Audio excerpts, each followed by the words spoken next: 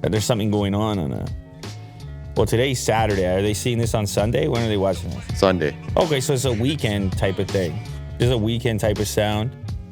Atmosphere's a little different because Will's been messing around with this new Matrix stuff. And I'm kind of into it, just sitting on the freeway here. I was really appreciating this variety of car models. Yeah.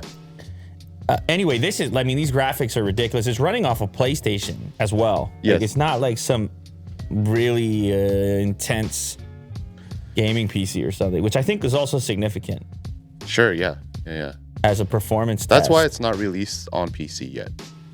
Why? I think it could be better. It could be optimized, but right now it's just for Xbox and PS5. Yeah, that's really interesting the way they did that. But it's just a demo. It's just a tech demo right now. Yeah.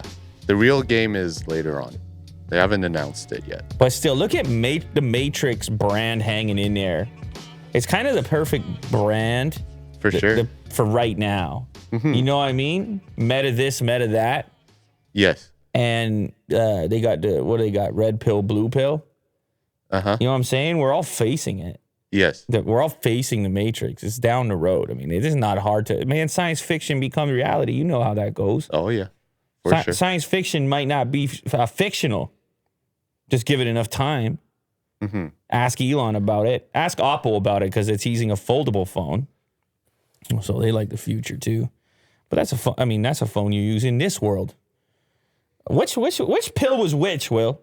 If I was going to be in the actual world, although they're going to like twist everything up in this new movie. Yeah. And then they're going to be like, the actual world was the Matrix world.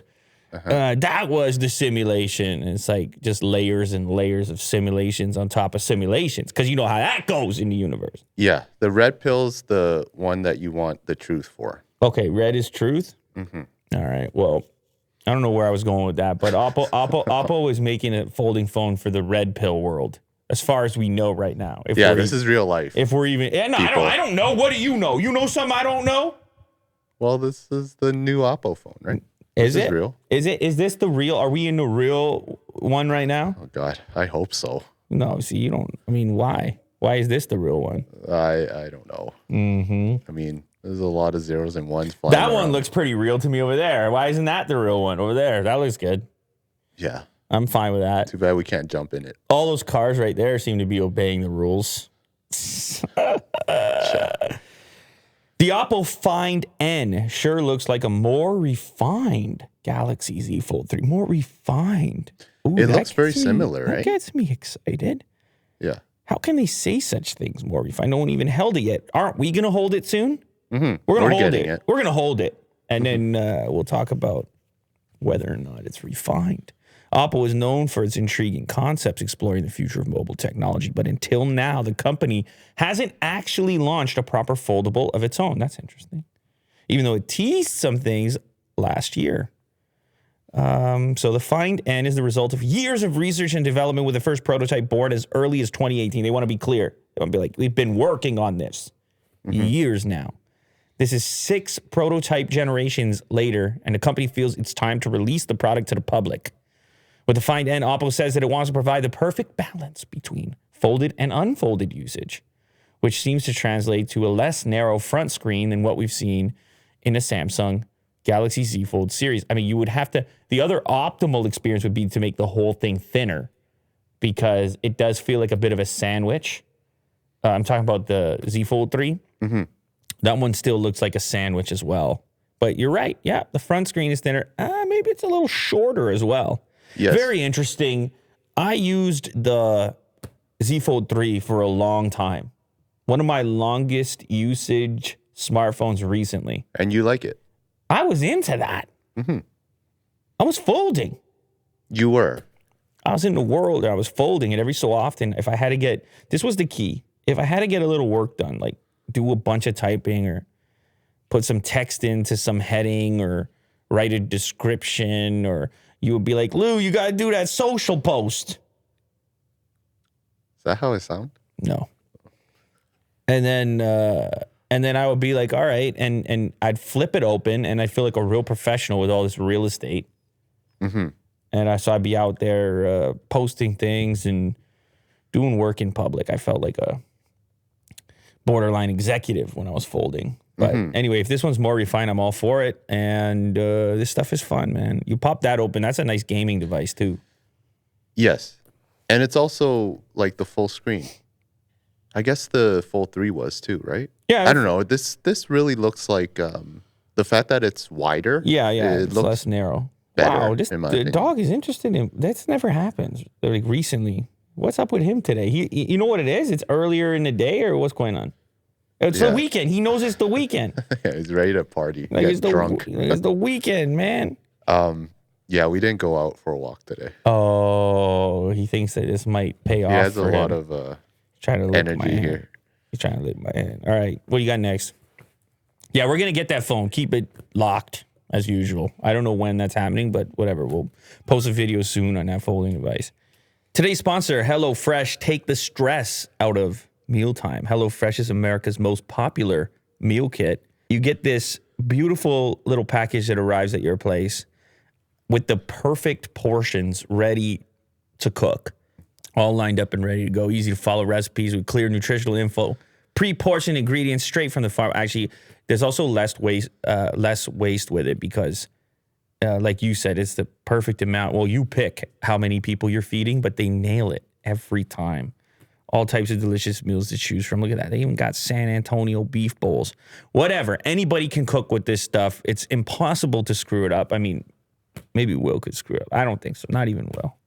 HelloFresh offers 50 menu and market items to choose from every week, including vegetarian, calorie smart, and gourmet options, providing plenty of variety. Recipes like balsamic and fig beef tenderloin or pecan-crusted salmon make holiday meals feel special without the high cost of dining out or delivery. You can get cozy comfort food choices like chicken sausage and sweet potato soup for a cold winter night. Go to HelloFresh.com/LouLater14 and use the code LouLater14 for up to 14 free meals and 3 free gifts. That's HelloFresh.com/LouLater14. And you can also use the promo code LouLater14. Thank you to HelloFresh. Also sponsored by ExpressVPN. Protect your online privacy with ExpressVPN. If you're not already using a VPN, there's many advantages to doing such a thing. No more restrictions. This is the internet without borders. No censorship. You can get unlimited access to video, music, social media, and more from anywhere in the world. So no matter what the restrictions are in a particular region, you pop on ExpressVPN and pick your spot, and you're going to get a fast premium connection. And then obviously you're also going to get enhanced privacy. It's going to hide your IP address and encrypt your network data so no one can see what you're doing. You can become anonymous in seconds with ExpressVPN. Going on the internet is like going outside naked. You gotta protect yourself from the elements, man. Every time you connect to an unencrypted network, cafes, hotels, airports, any hacker on the same network can gain access to your personal data. That includes passwords, financial records. It's super easy to use. You fire up the app with one click button and you're protected. That's it. It works on all devices, phones, laptops, tablets, so you can stay secure on multiple devices as well. Secure your online today by visiting expressvpn.com/LouLater. That's expressvpn.com/LouLater. And you can get an extra 3 months for free. expressvpn.com/LouLater. Go check it out. What is this? 2022 iPhone 14 Pro predicted to have a hole punch display. Get out of here. Yeah. Get rid of the notch. You get yourself right out of here. Who's going to produce the show? New report claims that Apple will be replacing the iPhone notch with a hole punch design in 2022. I mean, other people have said no chance. This is Ming-Chi talking, no. The move to a hole punch display instead of the current notch has previously been predicted by Ming-Chi Kuo. More recently, claimed renders of the 2022 iPhone 14 range leaked just ahead of the iPhone 13 launch. I don't know. I guess it's possible. I mean, anything is possible, but they've been so resistant to such things, and they have so much face unlock tech going on that I guess they would have to find some substitute for. I mean, listen, man. They want to sell phones, and every so often you got to mix things up or give people reasons to buy new ones. So things kind of have to change. It's a question of pace and commitment. And so far, it appears that Apple's been very committed to this current system of face unlock. Now, maybe with this new design, what does it say here? Present, the notch contains the Face ID system and the selfie camera separately. Ming Chi Kuo predicted Apple will be able to place the Face ID system underneath the display. So there you go. But he says 2023. So yeah, if you can maintain the Face ID the way you want it underneath the display, and then maybe only have the camera visible in the display, then so be it. Go for it. Yeah. Why not? Oh, yeah, I saw this. Elon Musk just mixing it up on Twitter. Yeah, I figured we can talk about it. He's mixing it up. He says, thinking of quitting my jobs and becoming an influencer full-time. WDYT, what do you think? And, of course, Mr. Beast, you can't miss an opportunity like this to get underneath a tweet like this. So he goes, I'll coach you on how to get YouTube views. So matter of fact, so casual. It's like, well, yeah, you're full of views over there, aren't you, Mr. Beast? Yeah. He's like overflowing. He's like, I got a mug full of views over here. Yeah. What you need, man? And then, of course, somebody under that is trying to give people $20. If we can ratio Mr. Beast's reply, I'll send one follower $20. Yeah, I don't think that's working out, though, because the initial tweet from Elon is still crushing. He doesn't mean this. He's joking around. And as he does. Yeah, and that's fine. He's joking around. The funny thing about it is he is an influencer. Maybe the world's biggest influencer, or one of them. Yeah, no kidding. And he can do his jobs at the same time. So I don't know. There's really no advantage to giving up those other jobs unless he's trying to relax, in which case, if this wasn't a joke, and he's trying to relax and just do the influencing portion and get out the boardroom, then whatever, go for it. But this is a joke. I'm telling you right now, this is a joke. I don't know what investors think about it, but yeah. Oh yeah, the Cybertruck. Did you happen to see this video? I haven't seen this video. I just saw the screenshots from this video on social media. Okay, so this guy on his YouTube channel, his name is Chile I100. That's his YouTube channel.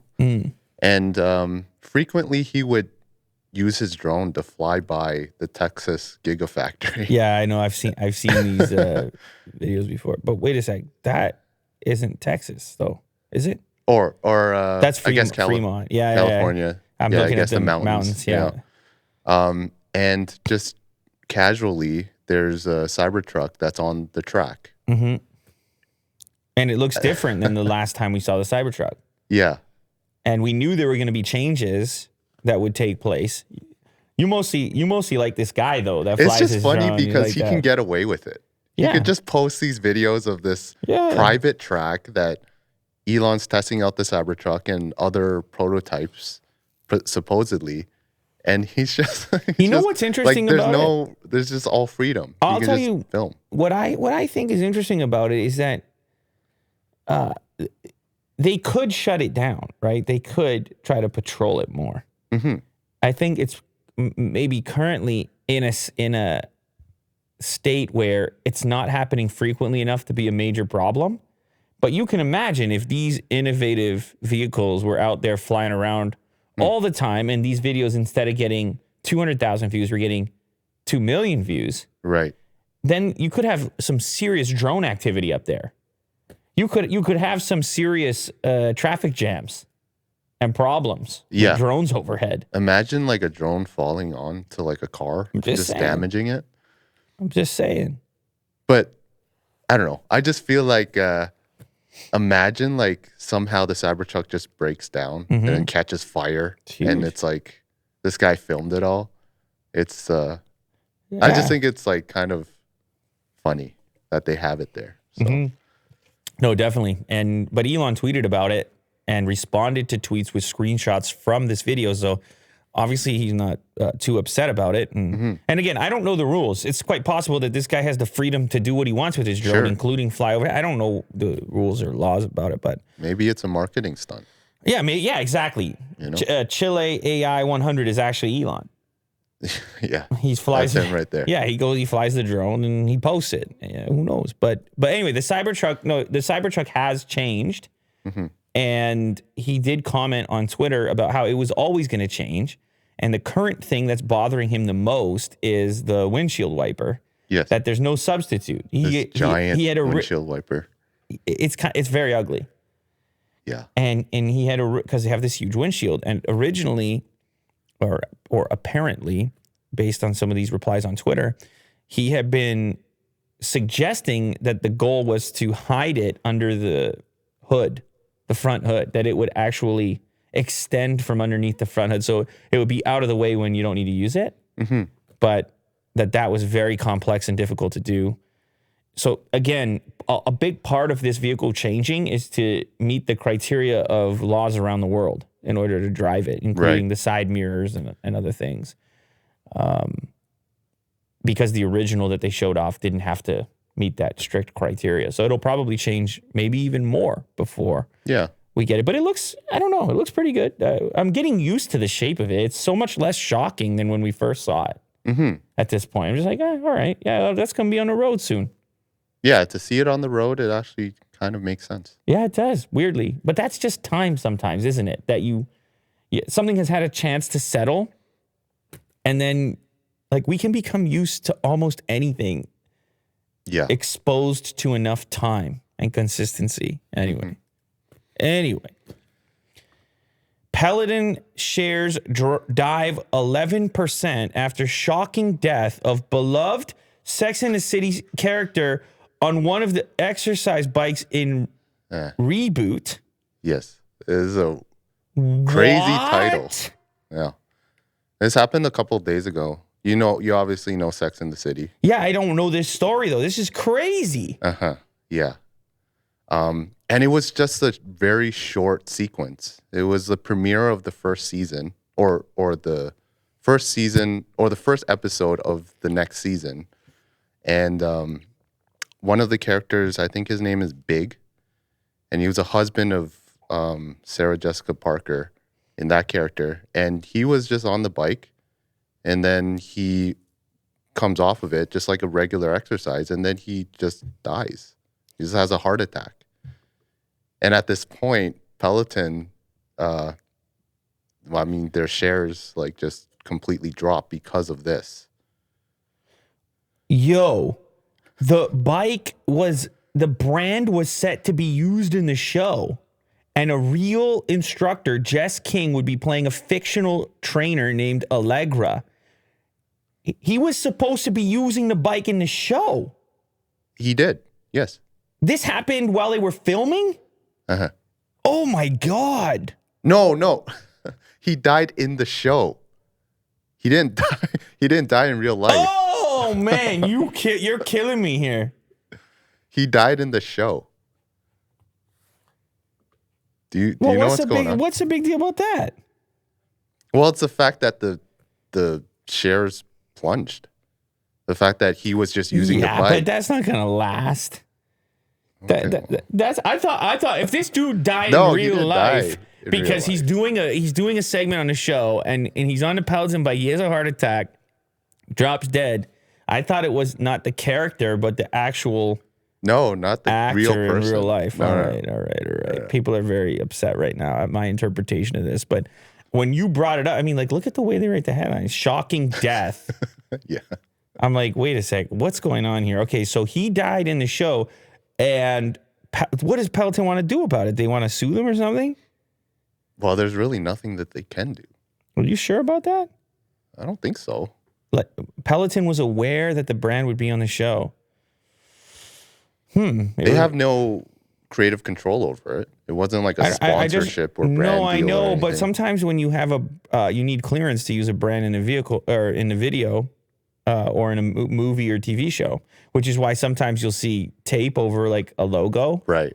I wonder how they showcased it. Obviously, I haven't seen this episode, but the scene apparently was a big deal in the show, and it's a funny one. It's funny because Peloton is obviously like a meme now, and Man, you had me for a second there. I thought It wasn't a gotcha moment. It was just no, like but you had me for a second. I was Yeah. like, damn. maybe the title was very salacious as well. Yeah, it is.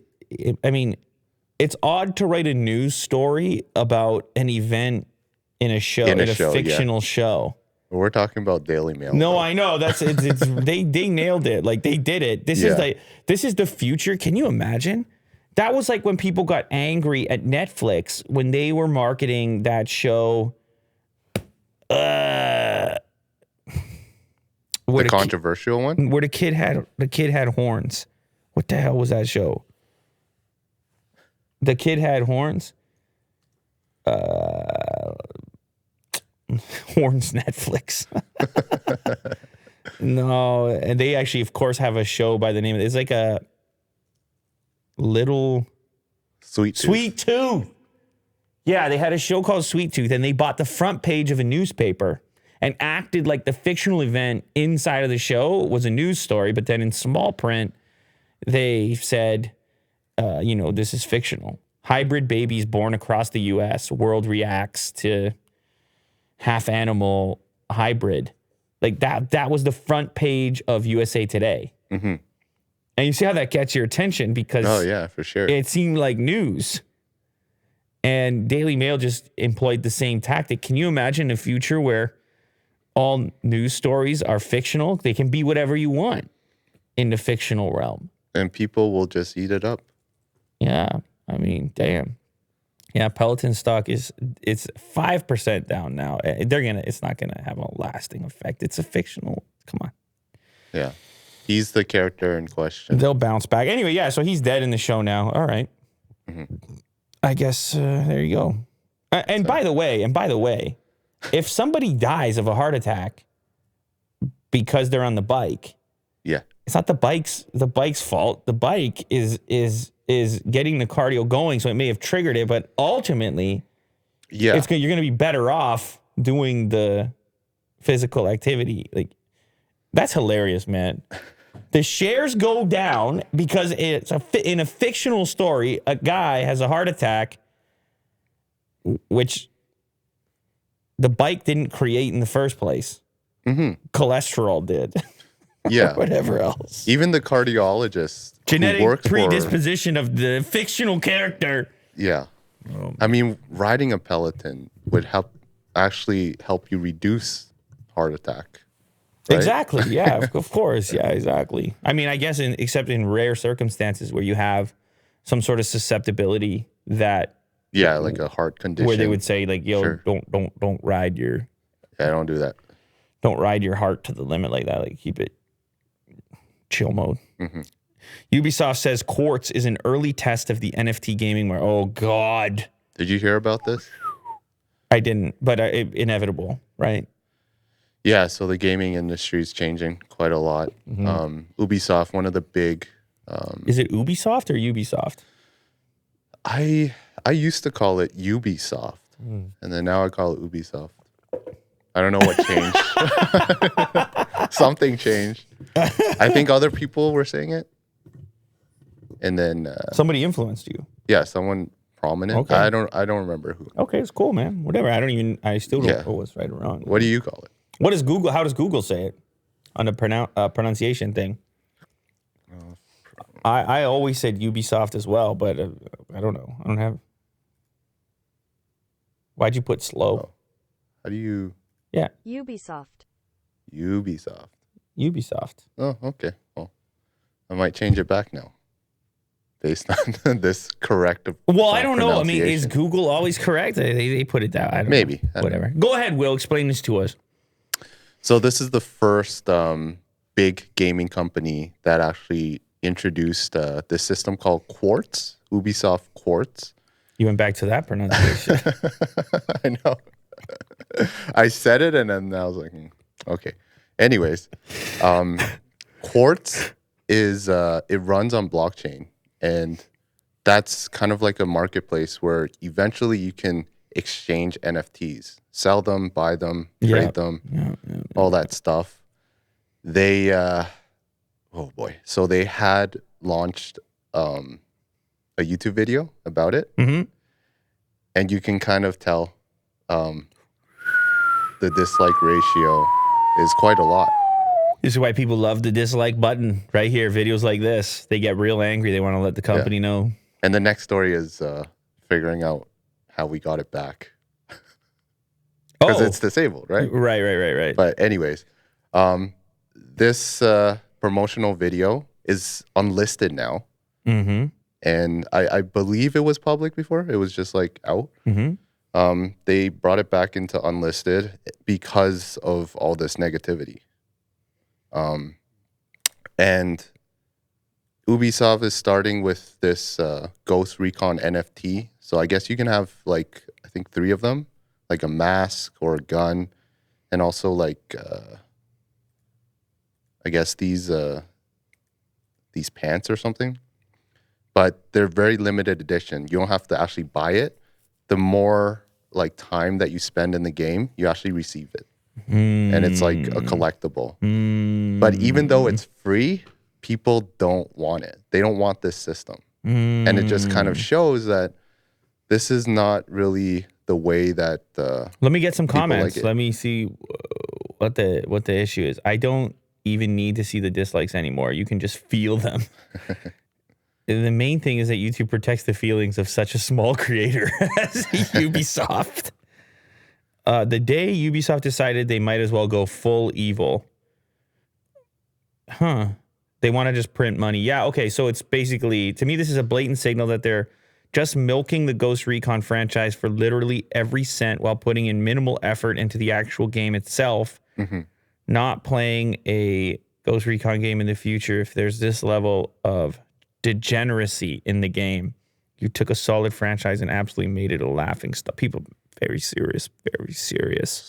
So they think it's a cash grab, but yet you're saying that the NFTs for this is free. I know, but I guess it's like I guess you gain it by playing more. Yeah, and also I think it sets a precedent, right? We can all imagine the ways in which this gets monetized. The potential of it. Oh my God, we imagine the scale of these marketplaces for not even just the initial sale of such goods, but the resale of such goods. It's just mind-boggling. It's unlimited. It's truly unlimited. But I guess in this case, people aren't all that happy with the progress that's been made in developing the actual game. Sure. And gaming companies seem to be increasingly more interested in the ecosystem and monetization strategy of the game than the game. Do you know what I'm saying? It's all about collectibles and, making yourself different in the video game. Yeah. It's, man, times are changing. These companies are enormous too. And when they implement something, it doesn't just affect one title. It's, hey, they can use these tactics for sure in other places, other franchises and things like this. So, but this is inevitable. I mean, the way in which many explain NFTs to people who are unfamiliar is they say, have you ever heard of skins before? Yeah. Like that's the de facto, ever heard of skins before? Yeah, it's a digital asset. Why do people care about it? Well, making those digital assets actual NFTs that can be transacted, well, just it's the obvious progression of such things. And then people feel like, oh, they're so much more valuable. And then you're going to have limited edition drops in game and people are going to gobble it up and they're going to spend it more money than they have. Yeah. In the game, like just buying the game itself. More than that. Oh, God, they're going to give all the games are going to be given away free so that you can just spin the slot machine as many times as possible. It's tough, man. Yeah. And NFT, the word or the abbreviation NFT is just bad sentiment, at least right now. Well, I guess in this community. Yeah. Elsewhere, like the art world, they're in love with those 3 letters. Yes. NFT all day. Yeah, they're like, finally, the appreciation exists of my work. And it's like, yeah. Sure. Yeah, I know. I mean, like, it's definitely cool that there's a way of digital scarcity because it kind of was swung so far the other way, just replica. ones and zeros. Big deal. Make another one, which wasn't ideal either. You know how these things go, Will. They swing this way, they swing that way. They swing. It's a pendulum. They do, yeah. They swing back and forth. So, anyways. Shout out to the artists. I didn't mean it. Yeah, they're working hard. But I'm saying, like, do your thing, man. I post stuff, make stuff like, I love the creativity. I love it. So whatever helps to get you going on that front. I guess with the next story, it's just kind of like a little tidbit. Based on the NFT talk in Ubisoft and this particular video, which has 1.5 K likes and 40,000 dislikes. Right. I wouldn't have known that.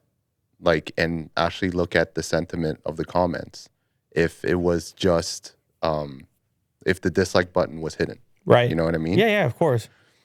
So I actually brought it back using this Chrome plugin. Oh my God, this Chrome plugin already has 800,000 plus users. That's insane. Yesterday it was 700,000. So it's going flying. up. Yeah. And just, is it safe? Like, everybody, it's not. I hope so. It has 5 stars, 7,000 reviews. All right, install at The your category's fun. At your own peril, but fair warning. But right now, I mean, it looks like it's working out. And it seems to be a lot of other ones out there, too. Yeah, because it's still in there, I guess. They can just dip into the to the background. What is it? I mean, I think it's just a piece of code that just overlays on top of Chrome. So then it is still publicly available. Yes. They're just hiding it visually, but if I was to inspect Element, I could probably find it. Probably. In the code. Yeah. Or just install this extension that does that for me. So there you go. Everybody, everything is solved, Will. Oh, boy.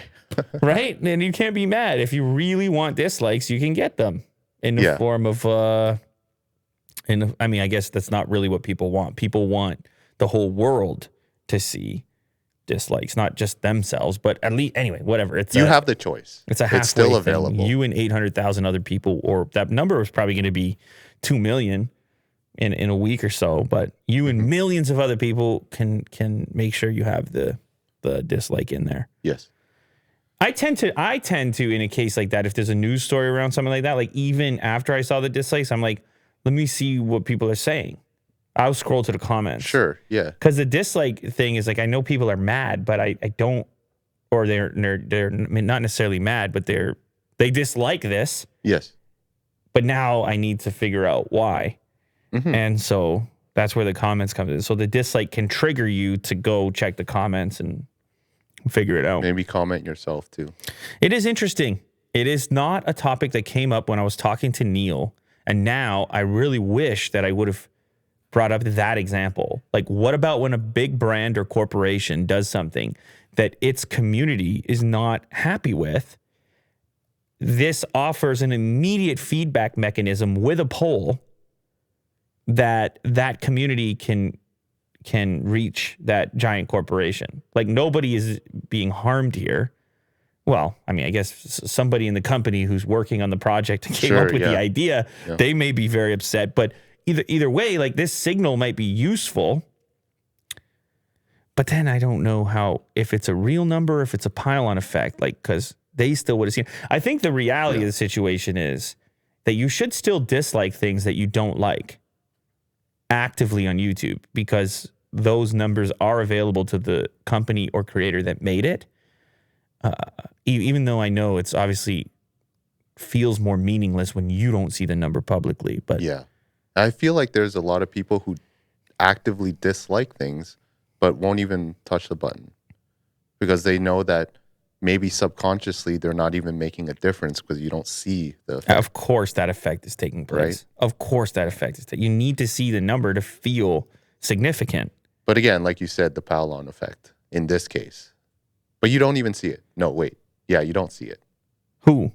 The other people who don't have this plugin. They do because the other people, they don't. No, everyone has. But we see it. Yeah, so people are, I mean, maybe this is evidence that people are still using That's true, yeah. the dislike counter in the absence. Well, it is only 40K. Maybe all of them have the Chrome extension. Maybe, yeah, each and every one of them. Yeah. Anyway, no, I should have brought up that example. I'll ask him next time. Okay, yeah. And any other questions you guys want to ask YouTube? Because, I'm sure it's not the last time I'm going to speak to them. Any other questions or concerns you have for YouTube, you can always kind of let me know or at me on Twitter, because I'm constantly curious about the developments in this platform and like what stuff that's going on. And I know people got a lot of thoughts and stuff. So YouTube's Rewind replacement is a live stream event called Escape 2021. BTS, Doja Cat, and YouTube stars are taking part in the interactive 24-hour event. That's an interesting development. It's kind of like a marathon live stream type of thing. Yeah, kind of. It happens on December 16th. Okay. 24-hour live stream. And it's going to... The person who's going to be in it, or the character, is going to be the study girl from Lo-Fi. That's cool. Yeah, she's going to be like on this journey, and you're going to follow her through this now, are people going to be event. Nice about it, or are they going to be angry because YouTube made it? I want to be optimistic and say that they would like the effort put into it. Really? It's not a rewind. You're anymore. saying general public sentiment is positive on Escape 2021. That's your prediction? I hope so, yes. Wow. Can you play a little bit of this teaser? No, it's it's not a teaser. Okay. Yeah. Live in 4 days. This is literally just a thumbnail. There will be 3 chapters within the stream to give viewers around the world a chance to take part. They start at midnight, noon, and 7 p.m. In addition to English, it'll stream in German, French, Spanish, Indonesian, Japanese, Korean, and Portuguese. YouTube has roped in superstar artists such as BTS. Roped in? You mean cut checks? They didn't rope nothing. They sent a wire transfer. Sure. The only rope they got is the wire. They wired them in. Yes. BTS. No, I mean, I'm joking, but I'm not joking. But also for BTS and Doja Cat, I assume this is going to have a lot of eyeballs. So there's other benefits there. Expect many popular YouTubers to appear as well, including Mark Rober, Christine Games, Muselk, and Jelly's Marble Runs. Lo-Fi Girl is the protagonist of Escape 2021, and she'll be featured at the start of the stream and in between the 3 chapters. Nice. Yeah, so maybe it could be like this animated kind of thing. I'm thinking. I'm curious. I mean, I'm curious to check it out. I'm optimistic, and sure, I hope other people are somewhat optimistic. I mean, I don't know. I think it's too much of a meme right now to hate everything that YouTube does. So yeah, I get it. It's going to be tough to overcome. Yeah. Good luck. Good luck to all the people that's something people forget. Humans work on the thing. You might be mad at YouTube, but it's like 50, 100 different humans that are like trying to put together something nice, and they're getting just wrecked. Getting killed. This photo of the sun is so absurdly detailed that it looks like a living organism. Ordinarily, taking a telescope and pointing it at the sun would be incredibly dangerous. Famed astrophotographer Andrew McCarthy has truly outdone himself with his latest picture of the sun. He calls himself a normal guy with a telescope. That's a good name for a YouTube channel. Oh, it's an Instagram account. He stitched a whopping 150,000 images of the sun together to form a massive 300 megapixel image he titled Fire and Fusion. Wow. Show me the photo. Damn. That's sick. That is very cool. Oh, how much for the NFT? Well, he does have prints that's selling, so he's going old school. I would easily take a print of that. That is so cool. Look at that energy bundle.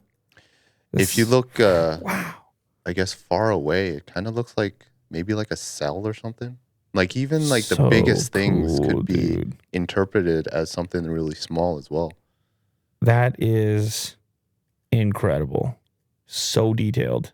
But he got the exposure right and everything, and So hard. Yeah. Oh, look, you want the full size? It's on his Patreon, linked in his highlights. You can grab a print via the link in my bio for a limited time. Digital downloads now available on my website if you want to print this yourself. Seems like a friendly guy.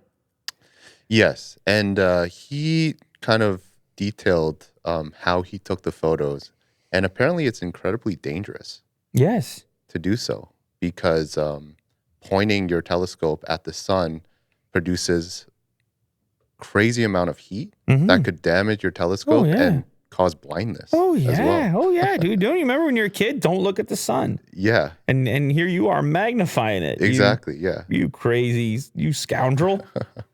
But I mean, he did it, man. He pulled it off. Whatever techniques were necessary. I mean, we goof around in here like, hey, we got zebras on that. Is that overexposed? Imagine pointing at the sun instead of. I mean, this ceiling ain't nothing. Yeah. Compared to the sun. It all comes from the sun. All of it.